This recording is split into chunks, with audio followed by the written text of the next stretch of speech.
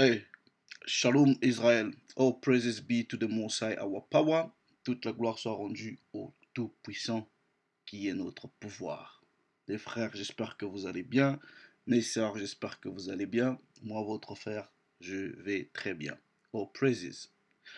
Le sexe est égal au mariage. Le sexe, bibliquement parlant, selon la Torah, est égal au mariage. Tu couches avec une femme, tu la gardes. Le sujet que je vais aborder aujourd'hui est très sensible et quelquefois controversé. Alors, je ne viens pas ici pour me positionner étant que juge dans ce sens. Je ne viens pas ici pour condamner les gens, puisque je suis moi-même aussi condamné et jugé par la même vidéo. Et dans cette perspective, il y a eu, de par ma propre expérience, quand je suis parvenu à cette vérité de la Torah, il y a eu une certaine forme de culpabilité. Et je me suis dit, si jamais je savais, si jamais on m'avait enseigné ceci bien avant, j'aurais certainement évité beaucoup de problèmes dans ma vie. Et je pense que ce serait peut-être le cas de plusieurs personnes quand vous aurez vraiment pris le temps de m'écouter. Je vais présenter ici une dimension de la Torah en ce qui concerne le sexe en relation avec le mariage et tout en espérant que cela va être édifiant. Alors, la question que je vais poser à des frères et à des sœurs, à quel moment, d'ailleurs, il est enseigné même dans le christianisme que le mariage est une institution divine, que le mariage est une alliance. Mais non, à quel moment le Tout-Puissant institue le mariage comme étant institution divine? À quel moment? C'est par quelle pratique ou par quel acte le mariage devient ainsi une institution, en tout cas divine. Et je vais ici, plus ou moins, rester on and off dans la dimension de ce que on peut comprendre communément dans la dimension de l'esprit. Et partant de là, je pose une question.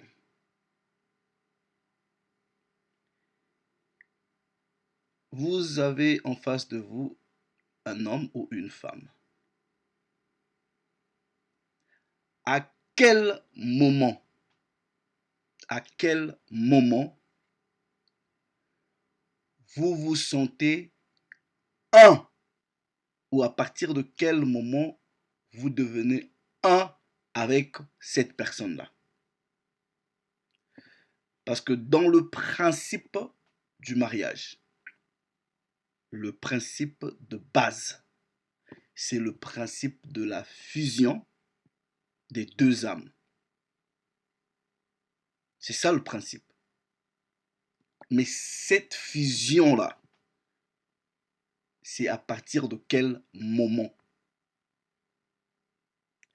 Est-ce à partir du moment où le maire vous donne le papier, vous mettez la bague devant les gens, vous portez la robe blanche, on vous donne le certificat et on vous dit, je vous déclare à partir de maintenant, monsieur et madame blablabla. Bla bla. Vous êtes fusionné, vous devenez un avec une personne. Est-ce que c'est au moment où le prêtre donne la bénédiction nuptiale? Est-ce que vous devenez un au moment où votre père vous prend par la main et vous dit, maintenant je vous confie à tel monsieur, et en prenant l'argent de la dot? Est-ce que, ayant accompli ces 3 premières étapes, est-ce que ça fait de vous un en termes de fusion pour accomplir ce principe-là du mariage? Alors, regardez ceci. Dans la Torah, il n'y a pas, dans ce sens, je dis, une sorte d'ordre hiérarchique que l'on doit respecter. Je donne un exemple. Si l'ordre était la dot, la mairie, le prêtre, ok, et après vous consumez le mariage par le sexe, la Torah n'établit pas cet ordre-là de façon formelle. Mais on va maintenant utiliser, pour des raisons idéales, une forme de logique. Alors, qu'une personne choisisse de commencer par une étape pour finir à une autre, nous allons voir si la Torah dit que non, vous ne pouvez pas. La première étape, c'est d'abord ça. La deuxième, c'est ça. Nous allons voir ça là. Est-ce que, en passant peut-être par la deuxième, vous péchez?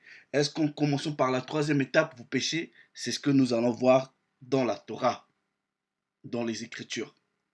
Et pour ce faire, je commence par ce premier précepte dans le livre du Siracide ou Sirach ou Ecclésiastique, à ne pas confondre avec Ecclésiaste.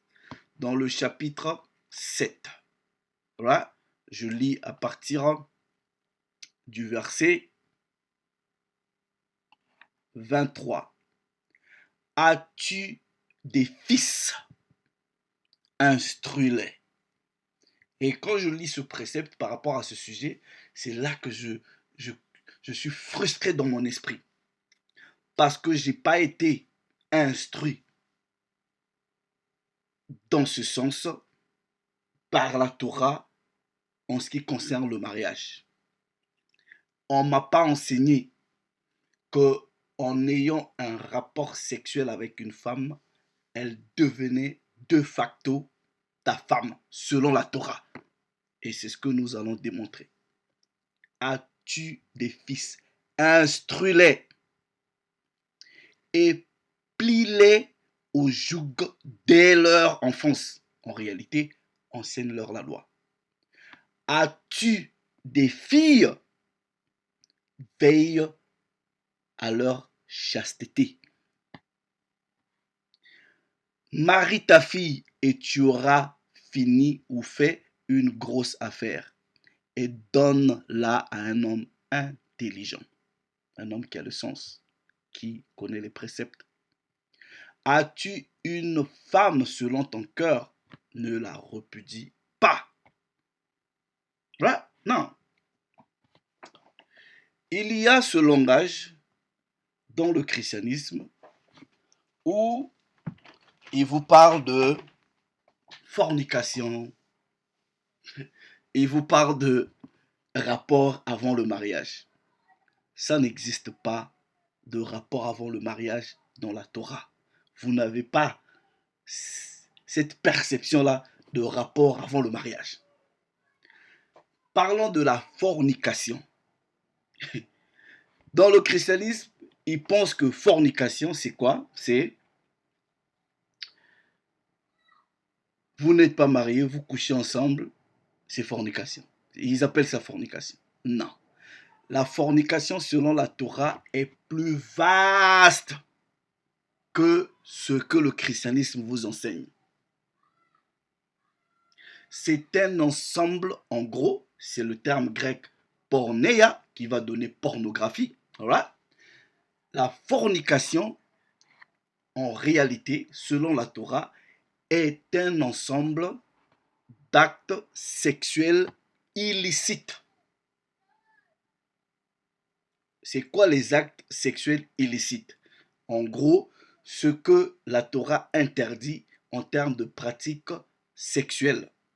Et nous allons voir quels sont les critères ou les pratiques qui sont considérées comme étant fornication ou acte sexuel illicite selon la Torah. Nous allons dans le livre de la loi, dans Lévitique. Voilà. Lévitique, au chapitre 18. C'est ici que la Torah établit c'est quoi la fornication. Nous lisons, verset 4.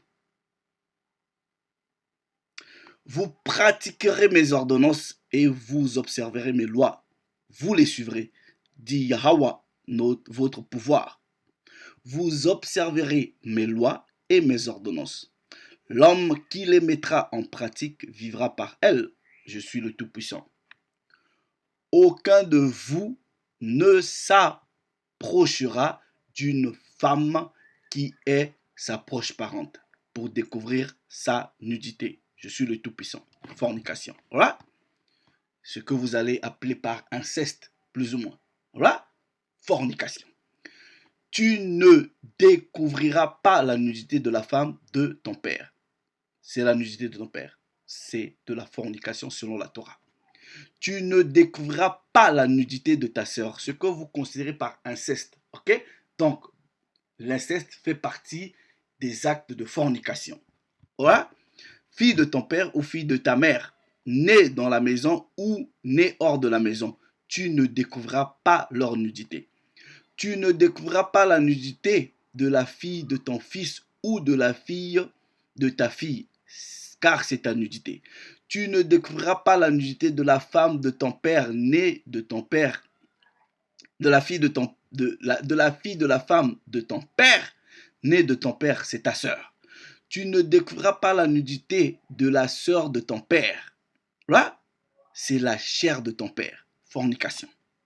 Et cet aspect des choses, on va vous parler de l'inceste, c'est-à-dire le christianisme vous parle de l'inceste, mais c'est même pas considéré, il vous montre pas que ça là, c'est en réalité, ça fait partie de cet ensemble que les Écritures appellent par fornication. Là, non, tu ne découvriras pas la nudité de ta belle-fille, c'est la femme de ton fils. Là, tu ne découvriras pas la nudité de la femme de ton frère, c'est la femme de ton frère. Or, le verset 16, on va mettre une parenthèse, ça c'est quand on va parler maintenant du Lévira. Là, vous allez comprendre ce que nous allons dire. Là, lisons. Tu ne découvriras pas la nudité d'une femme et de sa fille, comme vulgairement les gens ils disent, tu prends la poule et les œufs, la poule et les œufs ou la poule et les poussins. Tu n'es pas censé faire ça. C'est de la fornication. Voilà. Donc, tu ne prendras pas la fille de son fils ni la fille de sa fille pour découvrir leur nudité. Elles sont proches parentes. C'est un crime. Bref. Voilà.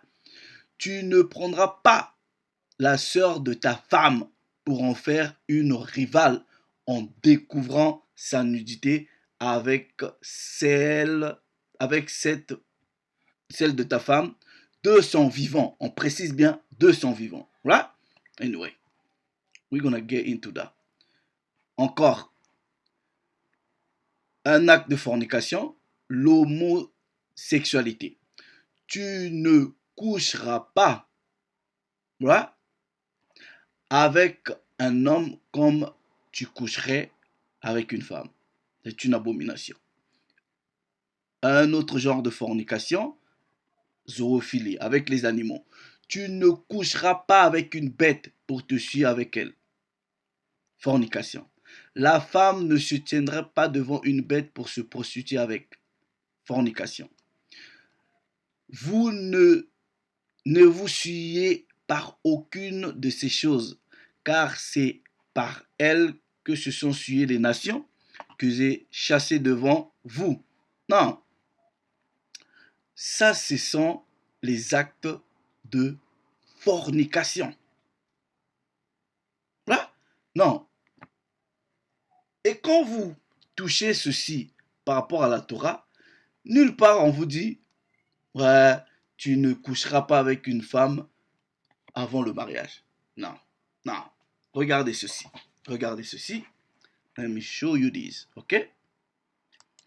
Nous allons dans Genèse chapitre 2.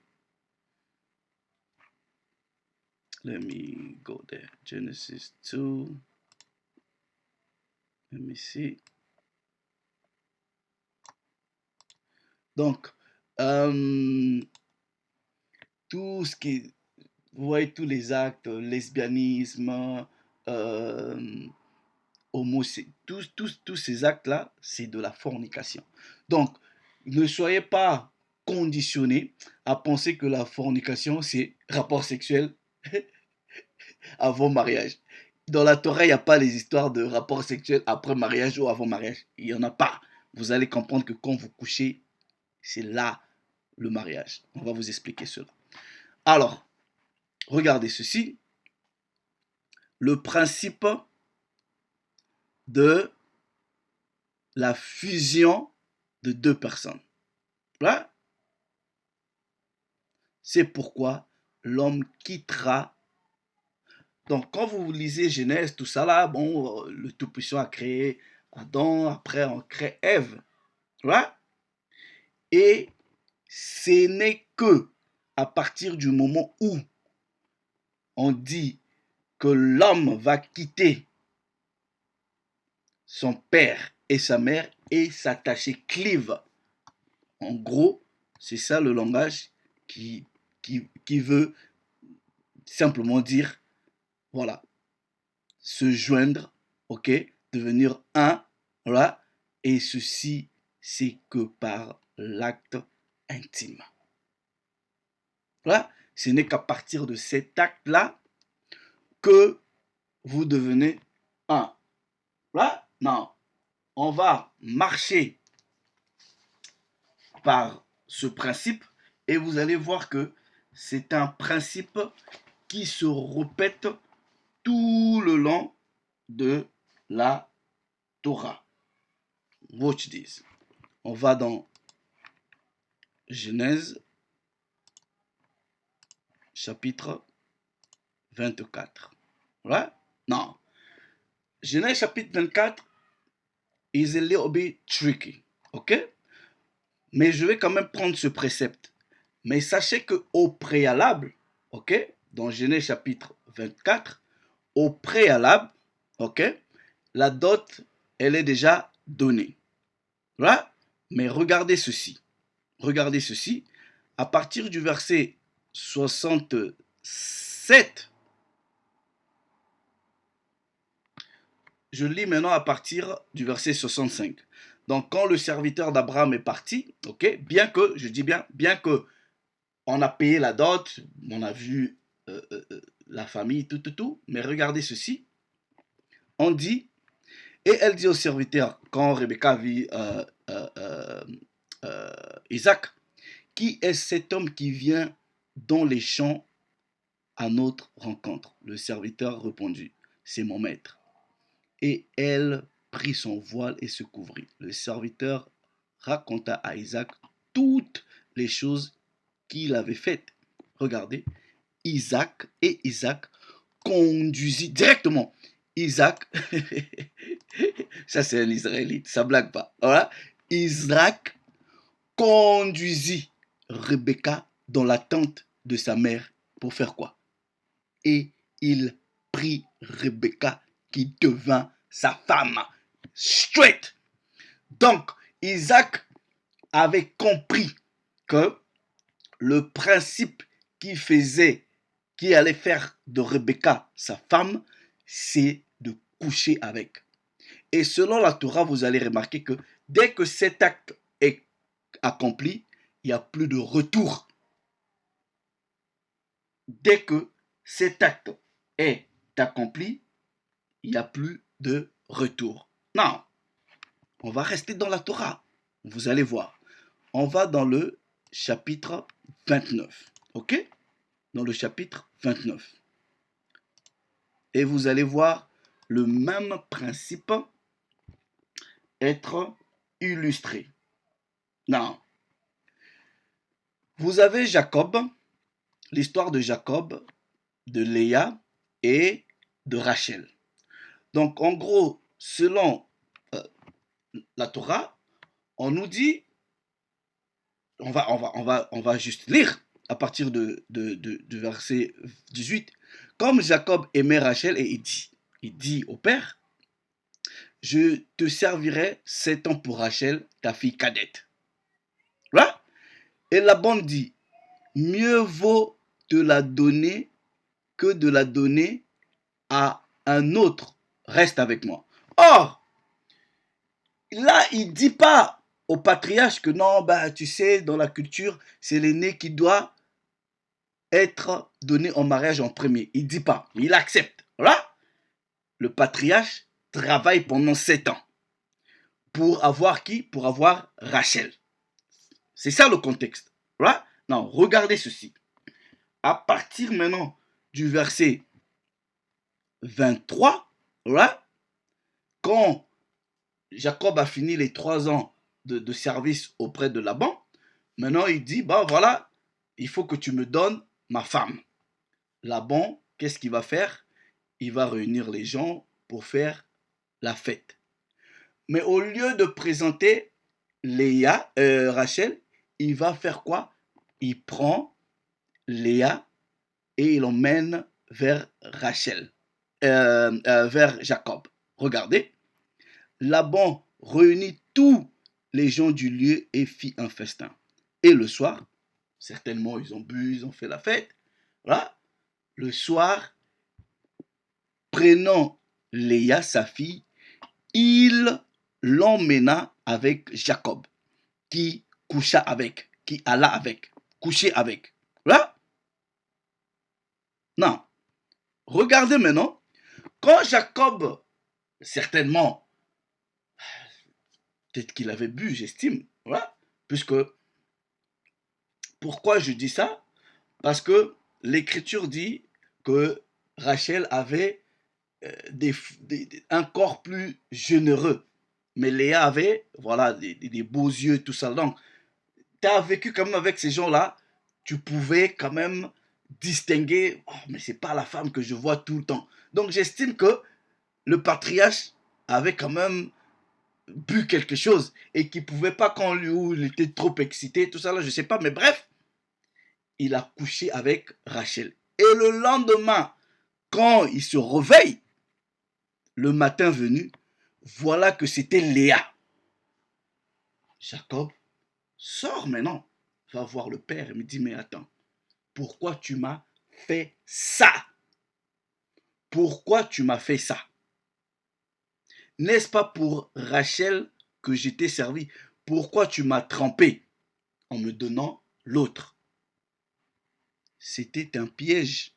Pourquoi? Parce que dès que Jacob a accompli l'acte sexuel avec Léa, il ne pouvait plus s'en démettre de cet engagement-là. C'était déjà la fusion qui était établie. Mais en réalité, ce n'était pas son désir initial. Son désir initial, c'était d'abord la petite sœur. Or, Laban dit, bon, voilà, comme il veut de la petite sœur, je vais essayer de trouver une forme d'astuce pour qu'il prenne la sœur. Mais comme la loi dit, ou la loi nous instruit que l'acte sexuel, c'est ça la fusion, mais dès qu'il aura couché avec la sœur, y a plus de non-retour. That's done. C'est ce même principe qui est établi, right, dans la Torah. Donc, vous couchez, vous prenez. Vous couchez, vous prenez. Non, regardez ceci. Nous allons dans... let me show this to you. Non. Let's go to... Non, vous voyez qu'on a lu Genèse, Lévitique 18, on a dit tu prendras pas la femme de ton frère de son vivant. Right? Now, watch this. Genèse chapitre 38. Et aujourd'hui, les gens se plaignent. Est-ce que vous comprenez pourquoi nous avons dans notre nation des femmes seules, plusieurs femmes seules dans le sens... imaginez un peu. Si vous dites à votre fils, tu ne peux pas toucher une femme si tu ne la gardes pas en prenant tes responsabilités d'homme. Mais vous pensez que les gens vont aller faire des conneries? Parce que, étant un enfant, si je dis à ma fille, sache-le que l'homme avec qui tu coucheras, tu es condamné à être sa femme.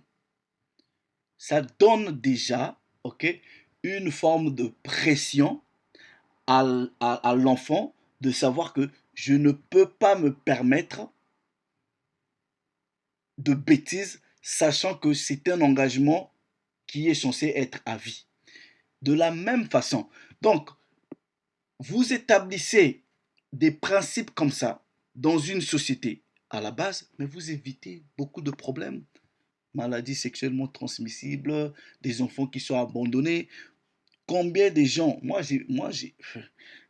j'ai vu des gens ici, ouais, élever des enfants parce que, soi-disant, l'âge a avancé, j'avais besoin d'un enfant, on prend seulement un homme comme ça, boum, on fait l'enfant. J'ai vu des gens tomber enceintes, tu pars en boîte, tu tombes sur un homme, la même nuit, vous partez coucher ensemble, enceinte, et tu te retrouves avec l'enfant. Des enfants qui sont abandonnés. Combien des gens ont attrapé des maladies sexuellement transmissibles à cause de ces dépravations-là? C'est-à-dire, quand il y a une régulation dans la société en termes de loi, sachant que un homme a envers une femme des responsabilités, c'est ce que la Torah va nous dire, the duty of a man. Bon, maintenant, si moi personnellement je sais que je ne peux que être capable de prendre des responsabilités d'un homme sur une seule femme, vous pensez que je vais aller me permettre d'aller comme ça, je couche avec une sœur, ouais, voilà, comme on n'a pas dans le bon, comme on n'a pas signé les papiers, c'est pas ma femme, ok, je l'abandonne comme ça, right? Je passe à une autre sœur et quelqu'un d'autre, mais bon, finalement, si vous êtes une femme, vous avez connu 10, 15, 30 hommes qui sont venus, qui ont exploité, qui sont passés. Celui qui viendra pour signer les papiers là, il va avoir quoi? Il n'y a plus rien. Quand nous disons il n'y a plus rien, comprenez que dans la virginité, il y a une dimension hautement spirituelle. Dans la pureté sexuelle, il y a une dimension purement spirituelle. Il faudra faire très très attention. C'est un acte par lequel vous fusionnez avec la personne. Non, imaginons maintenant avec combien d'individus vous avez fusionné par l'acte sexuel. Non, watch this, ok? Genèse chapitre 38. Regardez le même principe, voilà. À partir du verset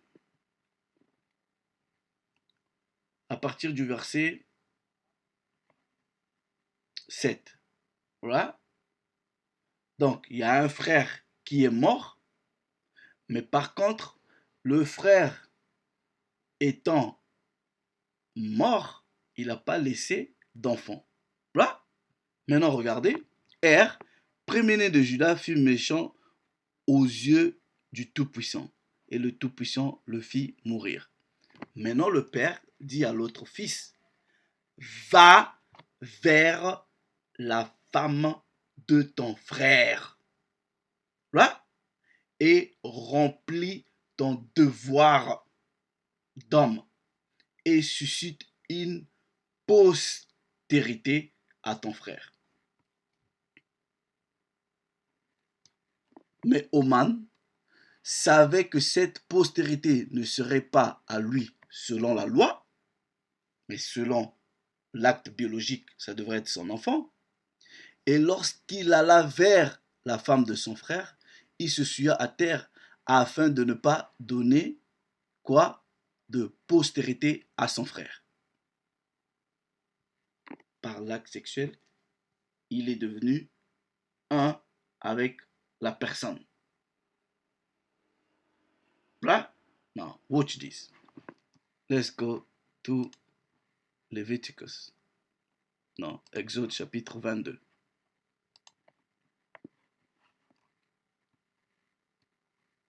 À partir du verset 16. À partir du verset 15. Regardez ceci. Si un homme séduit une vierge qui n'est pas fiancée, qui n'a personne, et couche avec elle, il paiera sa dot et la prendra pour femme. C'est tout. Tu couches, tu prends pour femme. Non. Qu'est-ce qui est difficile à... Est-ce que vous ne voyez pas que ça, c'est ça une société qui est dans la piété, dans la pureté? Vous allez éviter beaucoup de bordel dans la société. Non. Regardez maintenant un autre principe. Là, regardez cet autre principe. Nous partons dans Deutéronome, chapitre 25. Là, Deutéronome, chapitre 25.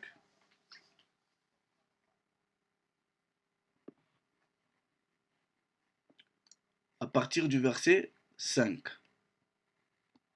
Regardez.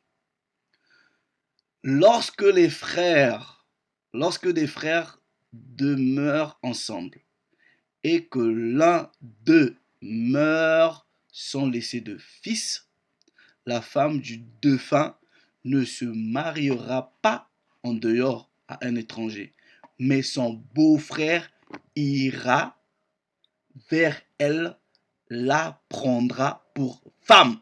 Aller vers elle, c'est faire quoi? Coucher avec. Et remplira envers elle le devoir de beau-frère. Donc, ils étaient mariés. L'homme est mort. La femme pratique ce qu'on appelle par le lévirat. Donc, le beau-frère devient le lévir de la femme. Il doit aller vers elle et la prendre pour femme. Mais il la prend pour femme en faisant quoi?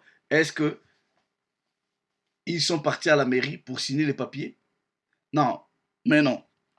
Quelqu'un peut prendre ce précepte en disant oui. euh, bon, si je dis par exemple, est-ce que vous avez vu la dot ici? Quelqu'un peut dire, bah non. Peut-être que la dot était déjà payée par rapport au défunt qui est mort. Oui, c'est possible. Mais comprenez que malgré que il y a cette possibilité que la dot aurait pu être payée par le frère, Donc, il n'y a pas forcément une autre exigence de payer la dot, puisqu'en réalité, quand on se mariait dans la culture hébraïque, vous vous mariez à une famille, pas seulement à un homme. Quand nous disons vous mariez à une famille, comprenez que chez nous les Africains, ça se passe comme ça. Ok? On se marie dans des familles. Non, regardez ceci. Ici, il y a d'abord le fait que elle était déjà le mari, la femme d'un frère, et qu'ils n'ont pas eu d'enfant. Donc, quelque part, peut-être qu'ils ont essayé, il n'y a pas eu, et quelque part, peut-être que, voilà, il y avait quelques petits soucis, mais le frère est mort. Non, je vais vous prendre ce principe-là pour le contraster avec un autre principe dans, la, dans les Écritures et pour que vous voyez qu'est-ce qui se passe. Maintenant, dans ces conditions-là, c'est que dans le premier mariage, tu as eu déjà accouché avec le frère. Si le frère il meurt, on cherche un autre frère dans la famille. Mais regardez ceci, on va dans le livre de Tobie. Alright? I'm gonna show you this. Le livre de Tobie. Wait, where is Tobiah?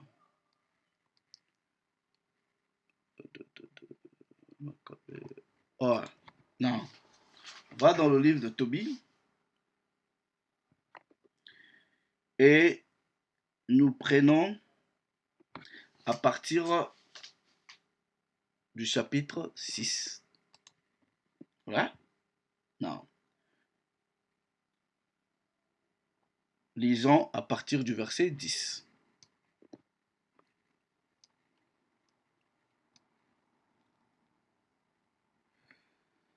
Donc, Tobie parle avec un ange, tout ça là. Et Tobie lui dit, où veux-tu que nous prenions du repos? L'ange dit, il y a ici un homme appelé Raguel, de ta tribu et de ta famille. Et il a une fille nommée Sarah. Or, l'histoire de Sarah, c'est que son père lui avait donné en mariage à 7 hommes différents. Mais à chaque fois, parce qu'il y a ce qu'on appelle par le wedding, comment on appelle, la chambre de noces, où voilà, vous devrez passer à l'acte sexuel.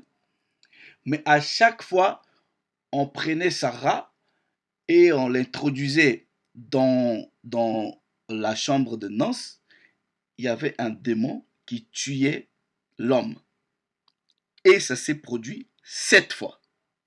Non. Vous allez comprendre premièrement pourquoi le père, c'est-à-dire Raguel, n'a pas pris Sarah et en disant, ben, comme ton premier mari est mort, ben, prends son frère. Voilà. Parce que 7 hommes différents, ils ne pouvaient pas être des frères. Pourquoi elle a été donnée à 7 hommes différents? Tout simplement parce que les hommes là n'avaient pas consumé le mariage par le sexe. Ils mouraient avant l'acte sexuel. Regardez. L'ange dit, voilà, mais elle a une fille nommée Sarah, mais en dehors d'elle, il n'a aucun autre enfant, fils ou fille. Tout son bien doit te revenir. Et il faut que tu la prennes pour épouse. Demande-la donc à son père, il te la donnera pour femme. Alors Tobie répondit, j'ai eu dire qu'elle avait été déjà épousée, qu'elle avait déjà plutôt épousé 7 maris et qu'ils sont tous morts et on m'a dit encore qu'un démon les avait tués. Je crains que la même chose ne m'arrive à moi et que, étant fils unique de mes parents, je ne fasse descendre avec tristesse je ne les fasse descendre avec tristesse leur vieillesse dans le tombeau. Alors, maintenant, qu'est-ce que l'ange va faire? L'ange va lui donner des formules en disant non, t'inquiète, on va faire une formule de sorte que ce démon-là ne puisse pas t'attaquer quand tu vas aller consumer ton mariage. Regarde. Et l'ange Raphaël dit, écoute-moi, je t'apprendrai qui sont ceux sur lesquels le démon a du pouvoir. Ce sont ceux qui entrent dans le mariage en bannissant Dieu dans leur cœur et dans leurs pensées pour se livrer à leur passion. Right? Mais toi, lorsque tu l'auras épousé, étant entré dans la chambre, vis avec elle en continence pendant 3 jours et ne change à autre chose qu'à prier le Tout-Puissant avec elle. La première nuit, livre au feu le foie du poisson et le démon s'enfuira. La seconde nuit, tu seras admis dans la société des saints patriarches. La troisième nuit, tu recevras la bénédiction promise à leur postérité. Là, la troisième nuit, tu prendras la jeune fille dans la crainte du Seigneur, guidé bien plus par le désir d'avoir des enfants que la passion, afin que tu obtiennes dans tes enfants la bénédiction promise à Abraham. On lui a donné des instructions. On lui a dit, écoute, ne va pas seulement comme ça, là, parce que cette fille-là a des problèmes. Right? Donc, toi, tu vas y aller, mais il faut que tu prennes 3 jours de prière. Non, regarde. Verset chapitre 7 maintenant. Voilà, nous lisons. Ils entrèrent chez Raguel, qui les reçut avec joie. À la vue de Tobie, Raguel dit à Anne, sa femme, comme ce jeune homme ressemble à mon cousin.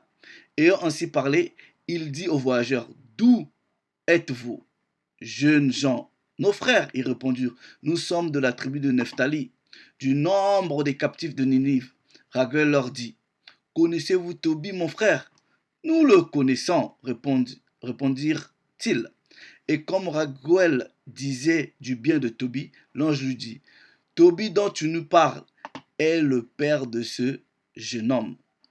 Aussitôt, Raguel courut à lui et l'embrassa avec larmes, pleurant à son cou. Sois béni, mon fils, dit-il, car tu es le fils d'un homme de bien, du meilleur des hommes. Anne, sa femme, et Sarah, leur fille, versaient des larmes. Après qu'ils se furent ainsi parlé, Raguel fit tuer un bélier et préparer un festin. Et comme il les engageait à s'asseoir pour le repas, Tobie dit, je ne mangerai ni ne boirai ici aujourd'hui, pour que tu n'aies d'abord accordé ma demande et que tu ne me promettes de donner Sarah ta fille. En entendant ces mots, Raguel fut saisi de frayeur, sachant ce qui était arrivé aux 7 maris qui s'étaient approchés d'elle. Il commença à craindre que pareil malheur n'arrivât encore à celui-ci. Est-ce que vous comprenez? Comme il était dans cette incertitude et donnait aucune réponse à la demande de Tobie, l'ange lui dit, n'apprendre point de donner ta fille à ce jeune homme, car c'est à lui qui craint le Tout-Puissant qu'elle doit appartenir comme épouse. Voilà pourquoi qu'aucun autre n'a pu la posséder. Donc en gros, les premiers, ouais, c'est vrai qu'ils sont venus, ils ont payé ce qu'il fallait payer, mais ils n'avaient pas la crainte du Tout-Puissant. Et ils ont voulu se précipiter comme ça, là. Combien se sont précipités à aller coucher avec des femmes, des hommes, et aujourd'hui vous connaissez beaucoup de frustrations, beaucoup de problèmes. Vous ne savez même pas d'où viennent ces problèmes-là. Anyway, alors Raguel dit, je ne doute pas que le Tout-Puissant n'ait admis en sa présence mes prières et en larmes. Et je crois qu'il vous a fait venir vers moi, afin que ma fille épousât son parent, selon la loi de Moïse. N'aie donc plus de doute que je te la donne. Voilà. Et en prenant la main droite de sa fille, il l'a mis dans la main droite de Tobie en disant que le pouvoir d'Abraham, le pouvoir d'Isaac, le pouvoir de Jacob soit avec vous. Lui-même vous unisse et qu'il répande sur vous sa bénédiction. Puis, ayant pris du papier, voilà, ils rédigèrent l'acte du mariage. Donc, l'acte du mariage, peut être rédigé par le père. Le père peut écrire en disant aujourd'hui je donne, blablabla. Bla bla. Et l'acte du mariage aussi peut être rédigé par le mari. Voilà. Non, vous comprenez d'abord qu'au préalable, il va avoir le vœu que un homme va faire et une femme va faire. Ce vœu-là, c'est la drague. Est-ce que vous comprenez? Quand je parle de drague, pas dans le sens de vous courtiser, c'est dans le sens de venir dire à une femme, je veux de toi, je vais faire de toi la mère de mes enfants, je te promets d'être fidèle, de te protéger, de s'occuper de toi. Et la femme aussi accepte. Je dis, j'accepte ton vœu, j'accepte tes paroles et voilà, j'accepte aussi de t'être fidèle, de me soumettre à toi, de respecter ton autorité. Voilà. Et ça, c'est la loi. C'est ce que Nombre chapitre 30 nous dit. Et quand vous prononcez des vœux comme ça, c'est scellé par le Tout-Puissant. Voilà. Et vous pouvez plus vous. Aujourd'hui, par exemple, les gens ils vont vous dire, oui, on peut casser les fiançailles. Euh, on peut. Dans la Torah, il n'y a pas les histoires de casser les fiançailles. Et quand tu prends un engagement, tu as dit, je veux de cette femme, voilà, c'est fini. Ta parole, tu dois la respecter. La parole, elle est sacrée. Est-ce que vous comprenez? Non, read. Et puis, il prit du papier. Ils rédigèrent l'acte du mariage. Après quoi, ils prirent part au festin en bénissant le Tout-Puissant. Raguel appela Anne, sa femme, et lui ordonna de faire quoi? De préparer une autre chambre. Elle y conduisit Sarah, sa fille, qui se prit à pleurer parce qu'elle se disait, maintenant quand on va rentrer là-bas, est-ce que la même chose ne va plus se passer? Or, Tobie avait déjà reçu les instructions de l'ange, dit, tu rentres dans la chambre, mais tu passes pas par l'acte. Il faut d'abord prier, ok, pour que ce démon-là parte. Voilà. Non, regardez, chapitre 8.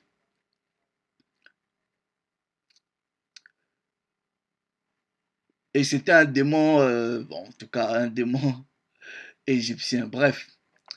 Euh, donc, Tobie, maintenant, il a commencé à dire à la fille, écoute, Tobie exhorta la fille en disant, lève-toi Sarah, et prions aujourd'hui, demain et après-demain. Bon, durant ces 3 jours, 3 nuits, nous serons unis au Tout-Puissant. Et après la troisième nuit, nous vivrons notre mariage. Ça veut dire quoi? Nous allons consommer.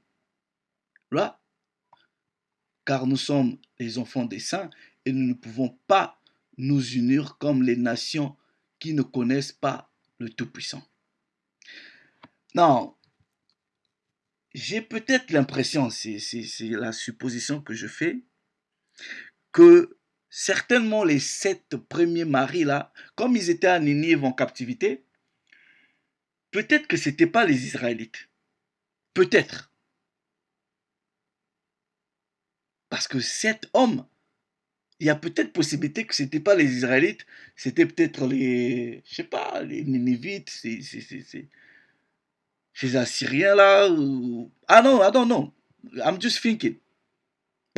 Yeah, peut-être. Bref.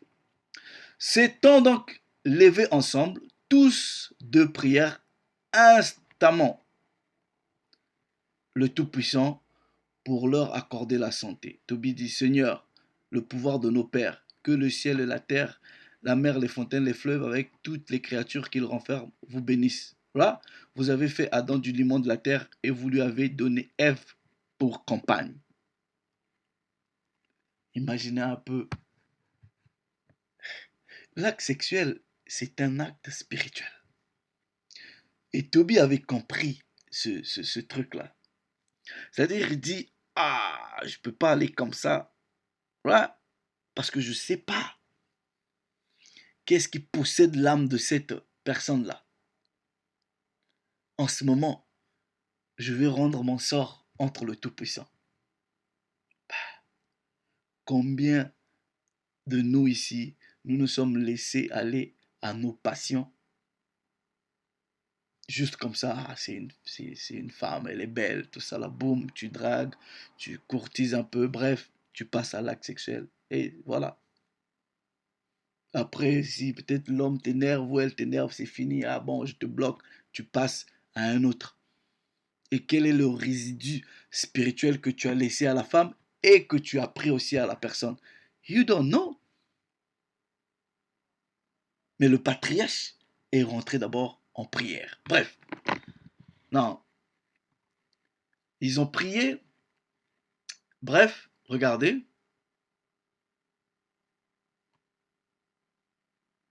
Regardez, à l'heure du chant du coq, Raguel, le père, commanda qu'on fit venir ses serviteurs et ils s'en allèrent avec lui pour creuser une fosse parce qu'ils savaient qu'il allait mourir.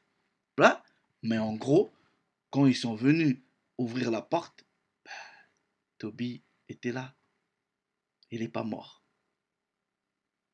Est-ce que vous comprenez? Non. Mais non, pourquoi de façon continue, la fille, elle a été donnée à sept maris?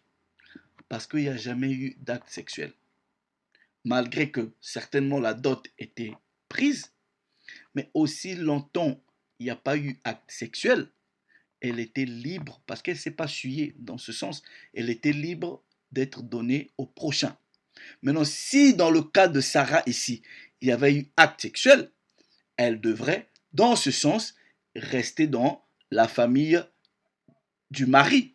Maintenant, imaginez que si les frères là étaient de la même famille, qui dans sa famille voudra donner sa fille, de donner c'est-à-dire votre frère prend une femme, en allant coucher comme ça, il meurt. Et on te dit, bon, toi c'est le prochain, il faut que tu prennes cette femme-là parce que ton frère est mort. Qui va accepter de faire ça? Donc, dans une même famille, vous pensez qu'on va accepter de perdre sept membres de la famille sur une même femme? Non, c'est pas possible. Non. Watch this. Genèse, chapitre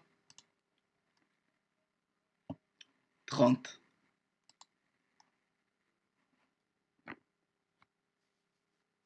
Regardez. Rachel, voyant qu'elle n'enfanta pas d'enfant à Jacob, fut jalouse de sa sœur et dit à Jacob, donne-moi des enfants et je meurs. La colère de Jacob s'enflamma contre Rachel et lui dit, suis-je à la place du Tout-Puissant qui t'a refusé la fécondité? Elle dit, voici ma servante Bala, va vers elle et qu'elle enfante sur mes genoux, et par elle j'aurai moi aussi une famille. Elle lui donna Bala, sa servante, pour femme, et Jacob alla vers elle. Bala conçut et enfanta un fils à Jacob. Non. Quand on vous dit par exemple que les rois avaient plusieurs concubines et que les chrétiens disent que les concubines, c'est seulement des femmes comme... Comment... Ok, si c'est les femmes, à quoi ça sert de compter? Vous pensez que c'est de la compétition? Non. La différence entre une femme de statut premier et la concubine n'est qu'une femme de second statut. Mais les responsabilités restent presque les mêmes. Voilà. Ça, c'est ce que... Donc, quand les Écritures vous parlent de concubines, comprenez qu'elles restent des femmes, mais de statut inférieur.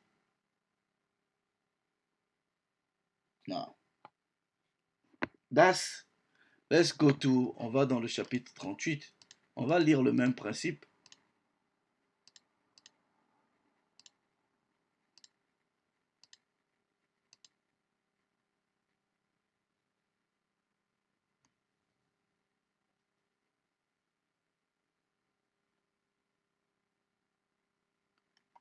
Alors, en ce temps-là, Judas s'éloigna de ses filles, descendit et arriva jusqu'auprès d'un homme de Dan nommé Hira.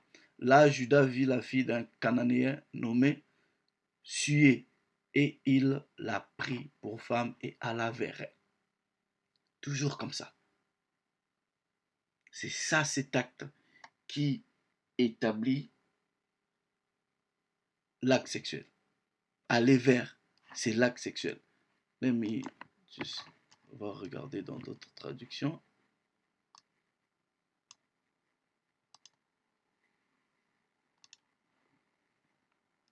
Voilà, par exemple dans la traduction du Monde Nouveau, il prit pour femme et eut des rapports avec elle. Aller vers, c'est comme ça. Et ce n'est que par l'acte sexuel que le mariage est testifié, je sais pas, testify, est sanctionné. Ouais, that's it. Maintenant, le même principe, wait, le même principe, regardez, euh, c'est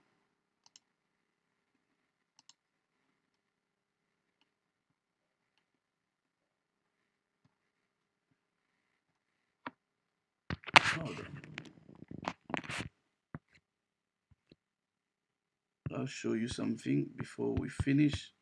Et vous allez comprendre que vous n'êtes pas censé aller coucher avec des hommes et des femmes si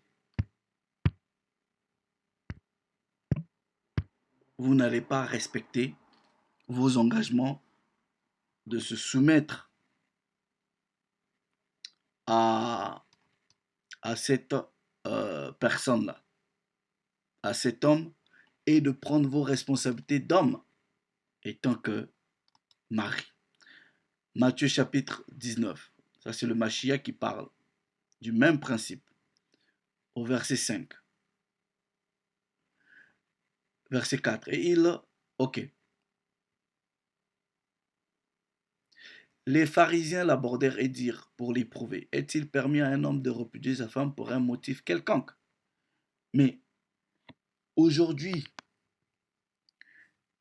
regardez, faites même des recherches sur le taux de divorce et les raisons des divorces, même chez les chrétiens. Rien à voir avec ce que la Torah stipule. Les gens aujourd'hui peuvent se réveiller en disant non, je veux plus de mon mari, c'est fini. Comme ça. Les humeurs, c'est fini. Les histoires d'argent, quelles sont les raisons de séparation? Comment est-ce que vous arrivez à vous défaire de vos mariages sur la base de ce que la Torah n'a pas prescrit? Maintenant, considérez que si déjà dans votre tête, vous savez que l'acte sexuel est le mariage et c'est une condamnation à vie,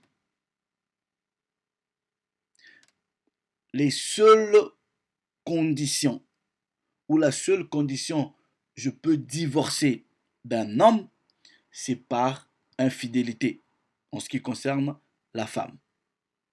Là, maintenant, il y en a qui vont toujours me dire ah ouais, mais si c'est un homme violent, si ceci, comprenez qu'il y a une différence dans la Torah entre séparation et divorce. Là, donc, pour plusieurs raisons, et séparation, ça ne veut pas dire vous êtes divorcé. Vous ne pouvez pas vivre en période de séparation et aller vous mettre sous le joug d'un autre homme. C'est pas possible, c'est de l'adultère. Vous ne pouvez pas. Donc pendant la séparation, on estime que vous allez engager tous les pourparlers, les négociations pour que ce problème-là change. Et il y en a qui vont me dire, si le problème ne change pas, le problème ne change pas, en tout cas selon la Torah, you done. You done. Aussi longtemps le monsieur ne t'a pas écrit la lettre de divorce. Même s'il t'écrit la lettre de divorce, voilà, et que la raison de la séparation n'est pas celle qui est prescrite par la Torah, je pense qu'il y a toujours un problème. Voilà. Donc pour ceux qui viendront pour dire oui, les cas de violence, blablabla, ceci, bref, like, vous pouvez utiliser cette prescription-là de séparation. Parce que vous n'allez pas aussi mettre votre vie en danger et la vie de vos enfants en danger. Mais seulement, vous restez toujours la femme ou le mari, en tout cas, de la personne. Regardez ceci. Les pharisiens l'aborderaient et dirent, pour l'éprouver, est-il permis à un homme de repudier sa femme pour un motif quelconque? Il répondit, n'avez-vous pas lu que le Créateur, au commencement, fit l'homme et la femme, et qu'il dit, c'est pourquoi l'homme quittera son père et sa mère et s'attachera à sa femme, et les deux deviendront une seule chair. Et ce principe-là, ainsi, ils ne sont plus deux, mais ils sont une seule chair. Que l'homme ne sépare pas ce que le Tout-Puissant a joint. Ce que le Tout-Puissant a joint, c'est par l'acte sexuel. Right? Non, c'est un acte qui est spirituel. Ce que le Tout-Puissant a joint, ce n'est pas le papier, ce n'est pas la bénédiction nuptiale, ce n'est pas la mairie. C'est l'acte sexuel, ok? Parce que c'est à partir de cet acte-là que la vie est créée. C'est un acte hautement spirituel. Ce n'est pas la bague de mariage qui vous joint. Ce n'est pas le certificat. C'est cet acte-là. Et dès que l'acte est produit, vous ne pouvez plus déroger à vos engagements. C'est fini.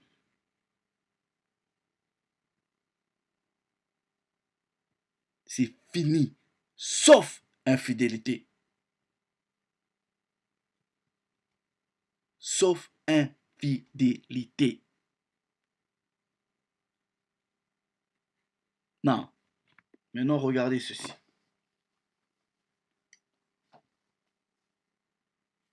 Dans la Torah, il y a plusieurs catégories d'hommes, de femmes, il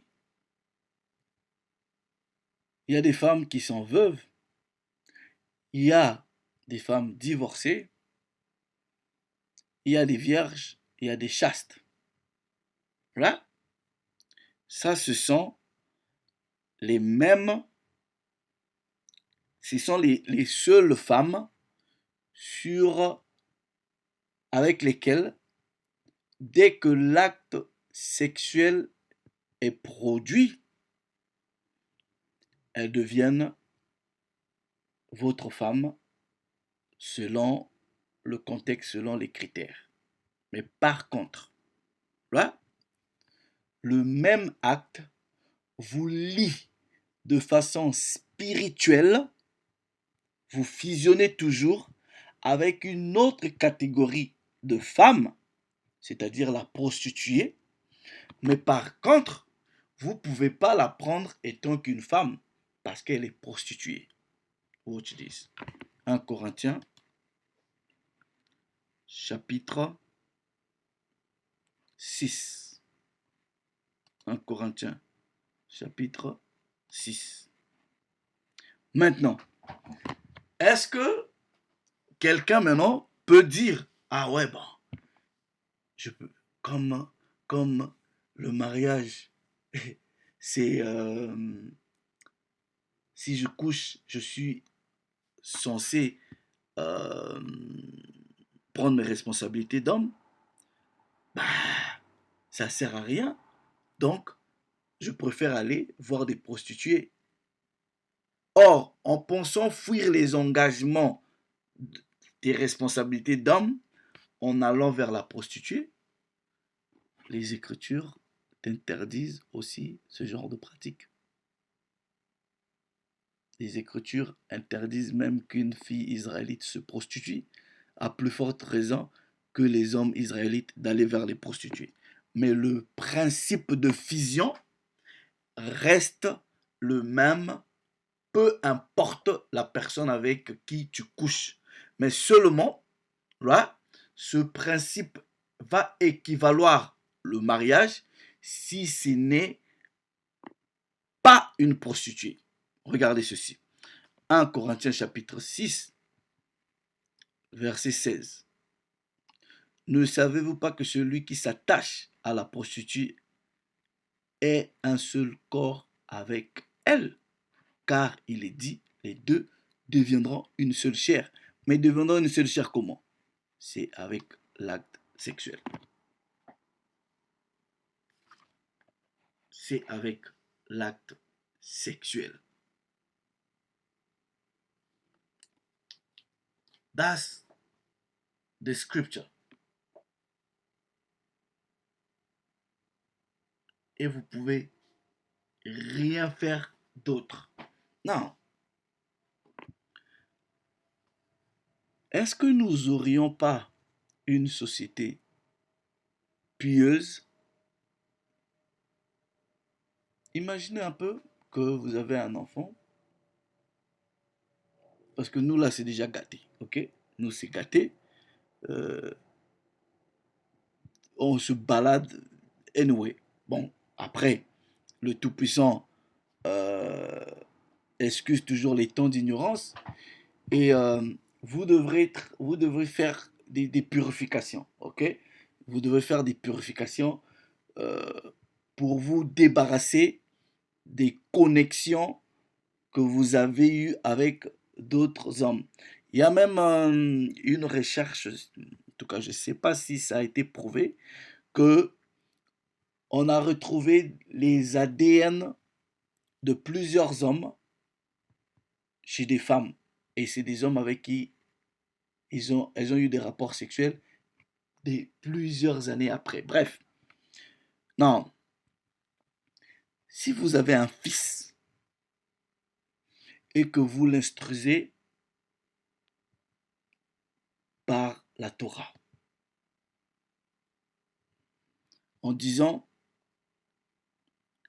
sache-le que un homme a ce qu'on appelle par le duty of man, c'est-à-dire les responsabilités d'homme. Les responsabilités d'homme dans la Torah, ce serait, premièrement, le manger, le vêtir de la femme, se rassurer de son état spirituel, de son état physique, de son bonheur, bref, toutes ces responsabilités-là. Et tu dis à ton fils, aussi longtemps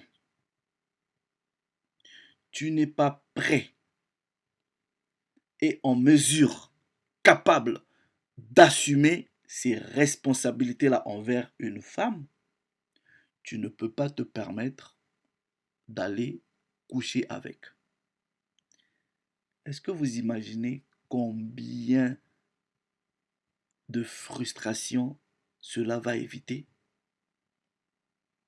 Pourquoi on se retrouve ici avec des femmes qui élèvent des enfants seuls, des pères qui ne sont pas responsables, euh, des enfants qui sont à la rue mal éduqués parce que la maman s'est fâchée, elle a décidé de chasser l'homme, elle prend un autre homme qui... Mais imaginez un peu combien de dégâts on allait éviter. Parce que moi, si étant un enfant, on me dit ça, ben,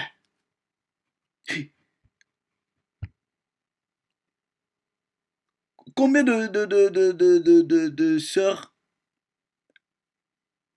j'ai eu à frustrer. Mais sauf que, personnellement, j'ai quand même pris la peine quand je suis parvenu à la vérité. Ah, moi, je suis parti demander pardon. Voilà. Excuse. Pardon parce que je savais pas.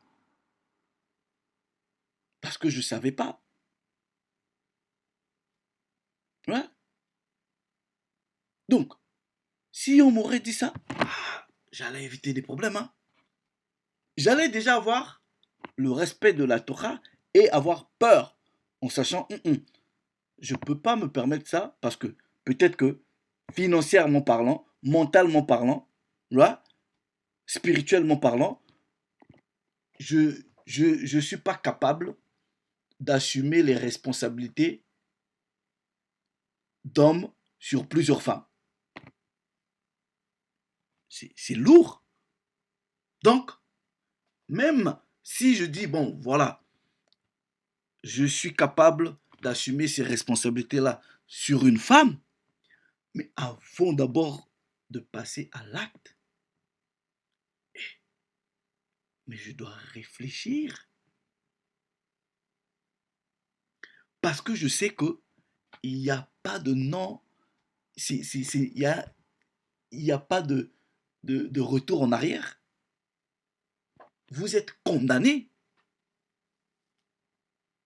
Combien de femmes on a couché avec, on a laissé comme ça là, one night stand.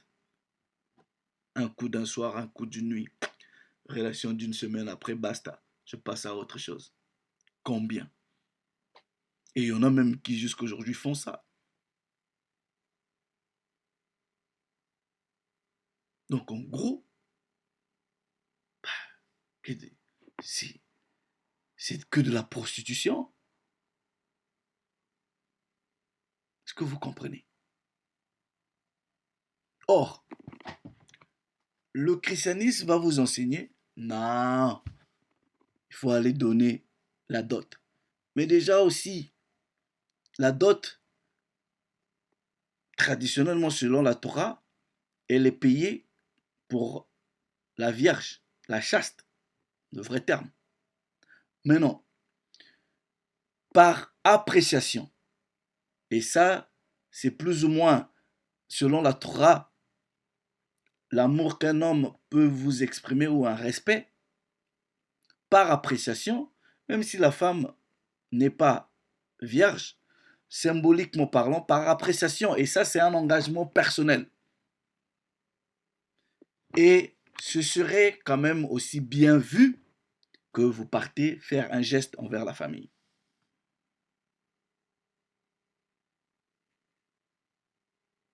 Non, vous apprenez ça à votre fille en disant, l'homme avec qui tu écarteras tes jambes, tu es condamné à être sa femme et tu es placé sous son joug.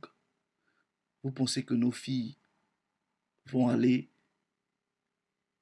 se laisser abuser comme ça là par des hommes? Parce qu'elle-même, elle a peur. Elle a peur.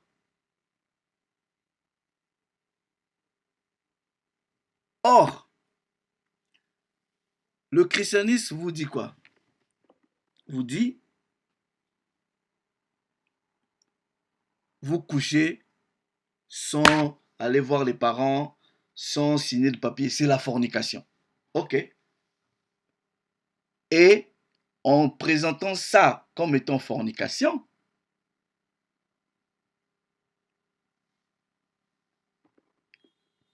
vous n'êtes tenu par aucun engagement à continuer cette relation. Parce que vous allez vous dire, oh, bref, je ne suis jamais allé voir ses parents, on n'a jamais signé le papier. Donc, facilement, vous pouvez vous désister. Entre nous qui disons vous couchez, vous prenez et vous continuez le chemin à vie en prenant vos responsabilités. Si vous choisissez d'aller voir les parents après, ou aller, si vous voulez, peut-être aller signer les papiers, bref, le plus important, c'est de savoir que coucher là, c'est ça l'alliance et vous êtes condamné Et ça, là, vous ne pouvez pas désister ou vous désengager de cela pour n'importe quel motif qui enseigne la piété. Entre nous qui vous disons, le sexe, c'est ça là, votre condamnation. Et eux qui disent, non, allez à la mairie. Mais attendez.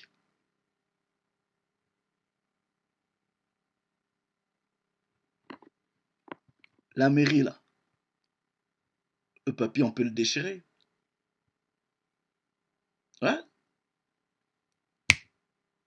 La dot, on, on a vu même des gens aller rembourser la dot.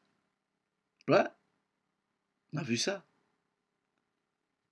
Mais l'acte sexuel, c'est irréversible. Vous, vous allez renverser ça comment? Vous allez faire marche en arrière comment? C'est ça votre condamnation.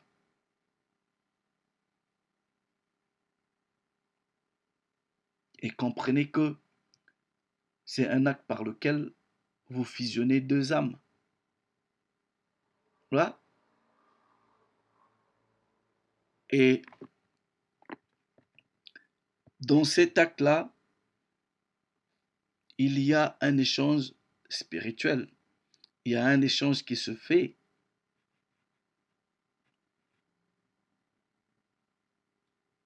Est-ce que vous comprenez? Il y a une transmission de sang ou il y a quelque chose qui se passe là. Et ça, c'est irréversible.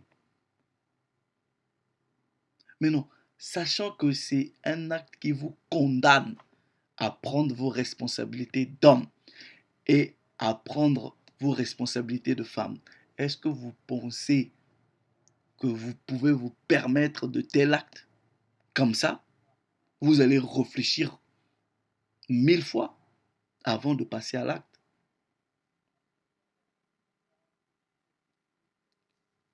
Il faut faire très attention. Maintenant, je dis ceci. Je vais utiliser le bon sens. Parce que je connais un peu la perversité ou la malice de certains frères qui vont vous dire, bon, bah, on couche déjà ensemble. J'ai pas besoin d'aller voir les parents parce que tu n'es pas vierge. Non. Il faut savoir se dépasser. Et il faut savoir en amour comment est-ce qu'on peut couvrir l'autre par rapport à ses fautes. Moi, j'ai 3 filles. Alors, mon principe est simple. J'enseigne la Torah aux enfants, mais ça va être difficile que je contrôle les enfants à 100%. Je ne suis pas là tout le temps. Quand ils sont à l'école, bref. Et dans Babylone, ici, c'est compliqué. Ou je ne mettrai pas une caméra sur mes enfants pour savoir, c'est pas possible. Mais sauf que je dis ceci. Mes enfants, savez que la Torah dit, celui qui honore son père et sa mère vivra longtemps. Mais sauf que vous serez déshérité, voilà, le jour où, par exemple,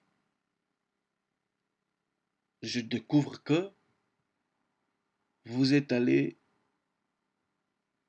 vous salir et que cet homme-là ne vous n'a pas respecté son engagement de façon continue à vous prendre comme femme.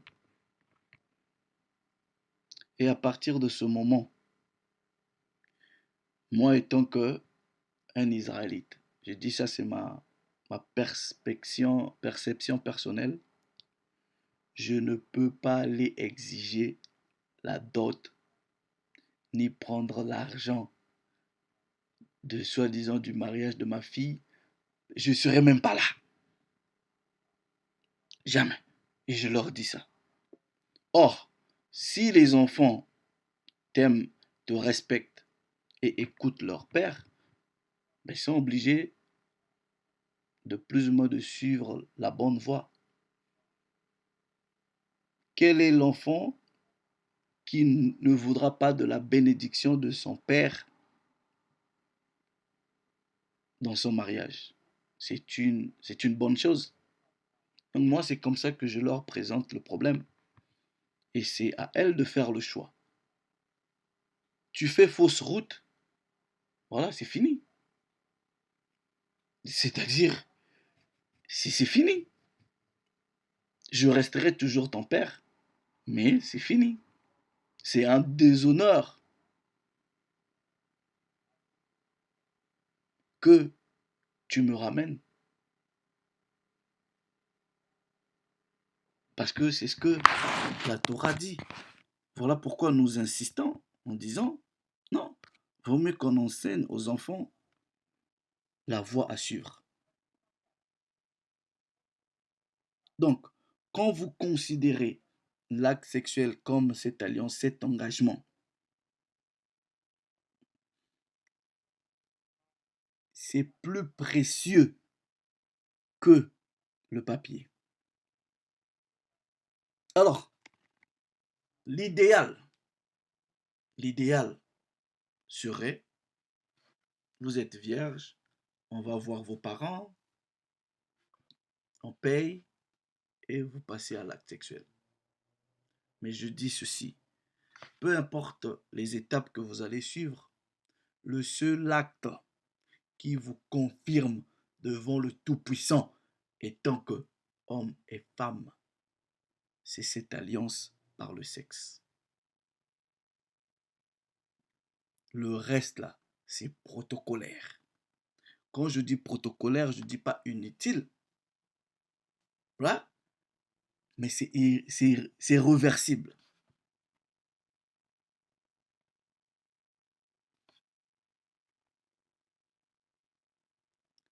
Regardez un peu l'acte qui donne la vie.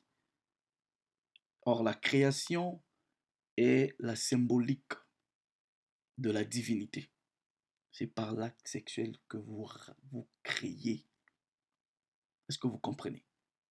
Donc, c'est quelque chose de hautement spirituel. Ce n'est pas le papier, ce n'est pas le parent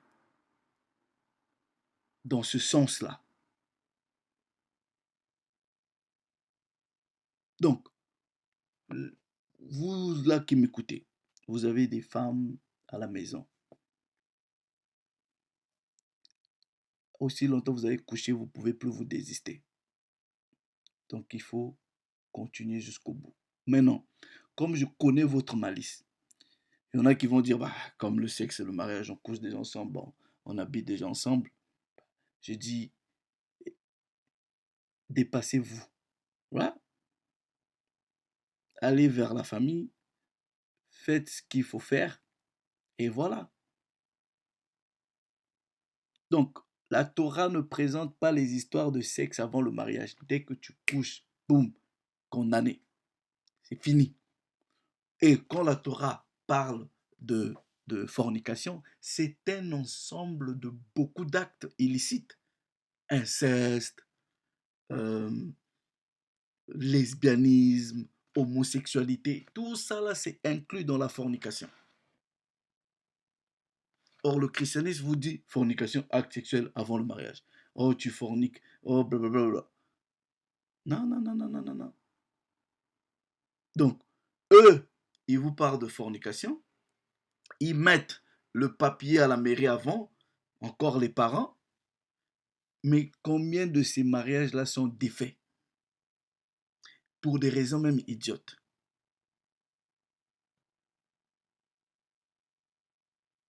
You got to be careful. Non, écoutons la fin du discours. Ecclésiaste,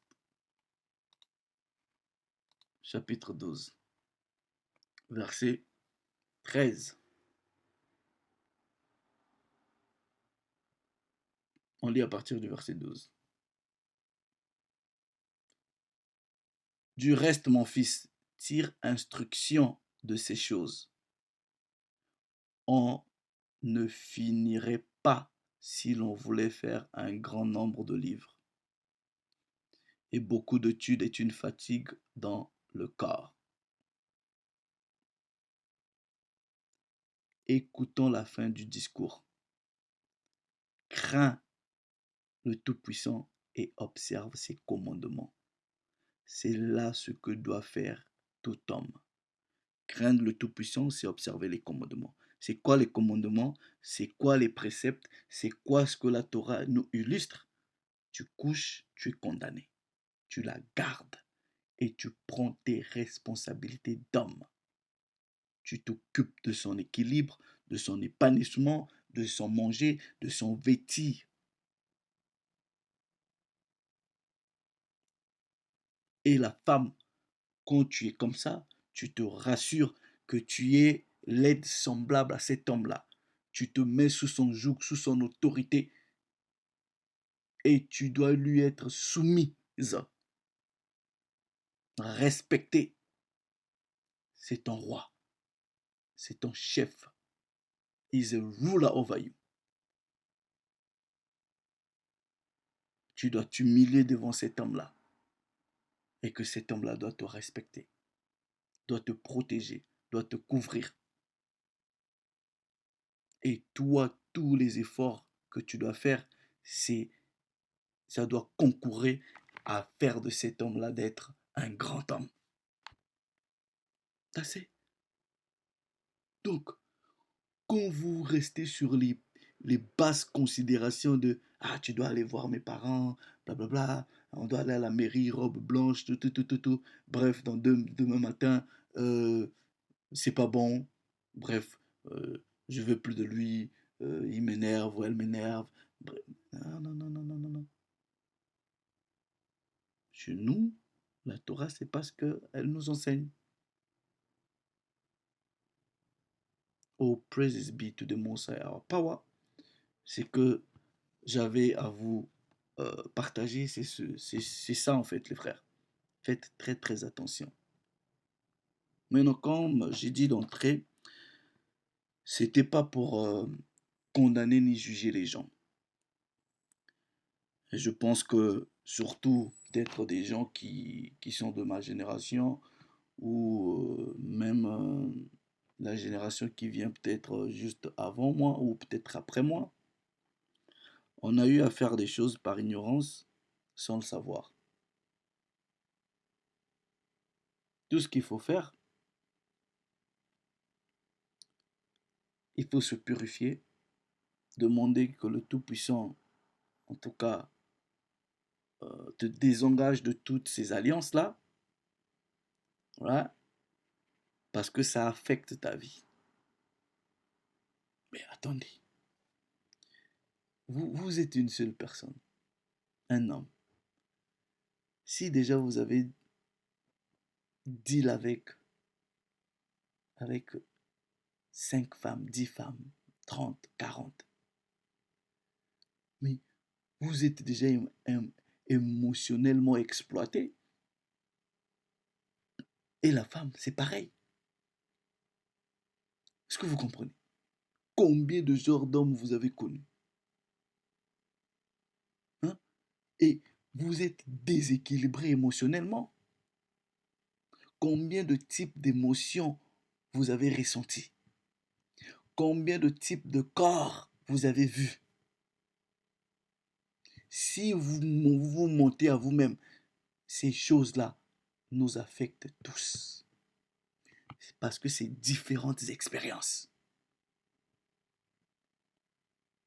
Voilà. Donc, soit vous allez avoir beaucoup d'exigences, voilà, soit Vous allez vous complexer parce que l'homme ou la femme avec qui vous êtes maintenant là ne remplit peut-être pas certains critères que le... Est-ce que vous comprenez? Mais non, celui qui a connu une seule femme, un seul homme, vous pensez qu'eux, ils souffrent de ces choses-là? Non, ils sont émotionnellement équilibrés.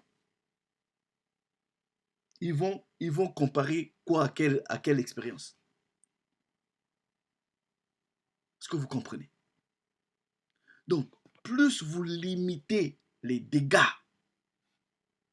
mieux c'est pour vous.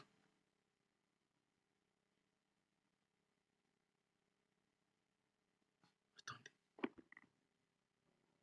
Imaginez un peu, vous avez une connexion avec 10 gars. C'est, c'est, c'est 10 différentes émotions, types d'émotions, 10 différentes sensations, réactions. Merde. Et vous allez me faire croire que ça ne vous, quand je dis affecte, ça oriente votre perception de la vie. Comment est-ce que vous allez gérer vos relations futures? C'est c'est dans la conscience. Vous ne pouvez pas vous en débarrasser. C'est-à-dire, si l'homme ou la femme avec qui vous êtes aujourd'hui n'est pas celui ou celle qui vous avait fait vivre une certaine dimension émotionnelle, eh, vous allez juste vivre en supportant, espérant juste que, bon, voilà, ce serait une frustration inavouée que vous n'allez jamais exprimer. Disons la vérité. Or, c'est des choses qu'on doit éviter, qu'on aurait pu éviter. Comme je dis, dans... chez nous, on dit, je sais pas, je paraphrase, un arbre qui a déjà été frappé par, par une foudre comme ça, là, ou un tonnerre, ben, n'a plus peur que l'orage se pointe à l'horizon, hein. Nous, c'est fini. Voilà pourquoi les Écritures disent faut pleurer pour ceux qui restent et non pas pour ceux qui sont partis. Et leur sort est serré. Donc nous, on est déjà partis, c'est fini. Maintenant, nous devrons faire des efforts pour nos enfants. Oh, praises be to the Most High, our power.